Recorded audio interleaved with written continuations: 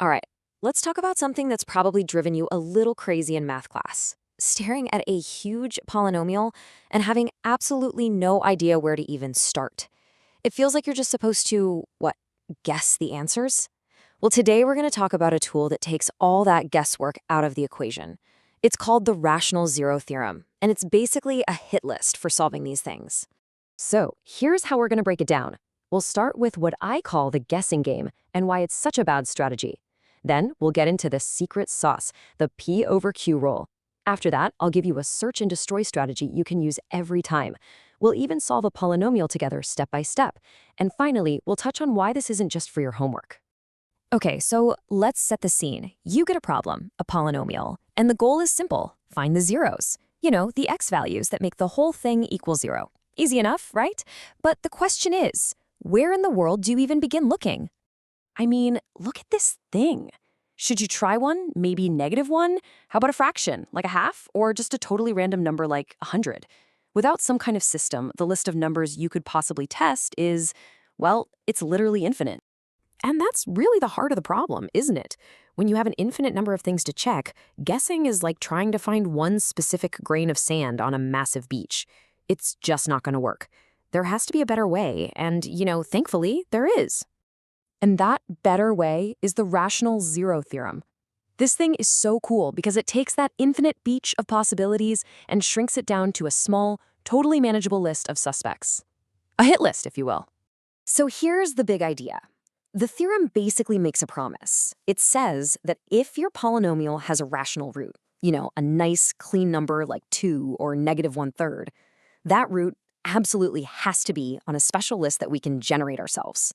It's a mathematical guarantee. If a rational solution exists, it's gonna be on our list. No exceptions. And the rule for making this list? It's actually super simple. It all boils down to 2 letters, P and Q. P is just all the factors of the constant term. That's the number without a variable at the very end. Think of it as the caboose of the polynomial train. And Q? That's all the factors of the leading coefficient, the number out in front, the driver of the train. Every single possible rational zero will be a fraction made by putting a P over a Q. That's it. So we have this powerful rule, but how do we actually use it? Well, that's where we get into a repeatable 5-step game plan that works every single time. Let's call it our search and destroy strategy. Here's the mission. Step 1, we list out every possible P over Q fraction, both positive and negative. Step 2, we test them. Synthetic division is your best friend here. We're hunting for a remainder of 0. Step 3, once we find a 0, boom, we get a new, smaller, depressed polynomial. Now, you could repeat the process, but honestly, you usually get down to a simple quadratic pretty fast, an x-squared equation. And that's step 5. Just solve that last bit with factoring or the good old quadratic formula. Okay, enough with the theory. Let's actually put this strategy to work and see it demolish a real polynomial. So here's our target. First up, step 1, list the candidates. Our constant term, P, is 6. So the factors are 1, 2, 3, and 6. The leading coefficient, Q, is just 1. So our P over Q list is simply plus or minus 1, 2, 3, and 6. Just like that, our infinite search is down to only 8 numbers to check. Much better, right? Now for step 2, test them. Let's just pick one from our list. How about 2? We'll run it through synthetic division.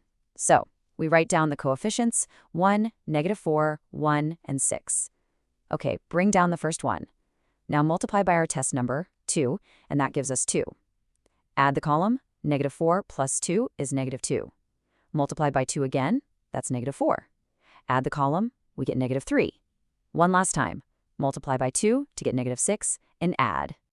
And there it is, a remainder of 0. That's the bullseye we were looking for. This confirms it. X equals 2 is definitely a root of this polynomial. We found our first solution. And here's the best part. That bottom row from our division, the 1, -2, and -3, they aren't just random numbers. They're the coefficients of our new, much simpler polynomial. We've just successfully broken down a complicated cubic into a super manageable quadratic, x squared minus 2x minus 3.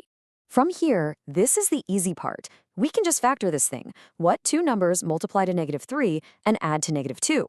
That's got to be -3 and plus 1. So it factors into x minus 3 times x plus 1. And that gives us our other two zeros, +3 and -1. And just like that, we have all three solutions. Mission accomplished. So now we know the strategy works. It's solid, but let's talk about how to use it like a pro. Because knowing the rule is one thing.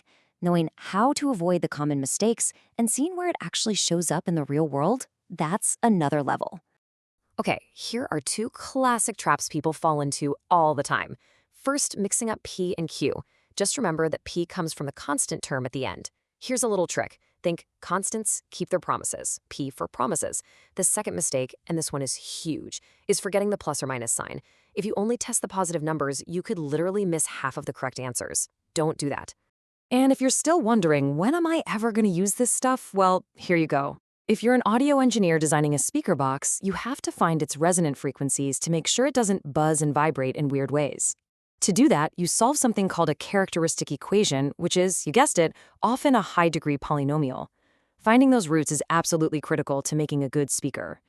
So there you have it. The Rational Zero Theorem is an amazing tool that turns an impossible, infinite search into a short, finite hit list. But it does leave us with a pretty interesting question, doesn't it? We've built this incredible tool for finding the rational roots. So what about the other kinds? You know, irrational numbers like the square root of 2, or even imaginary numbers? Well, that's a story for another explainer.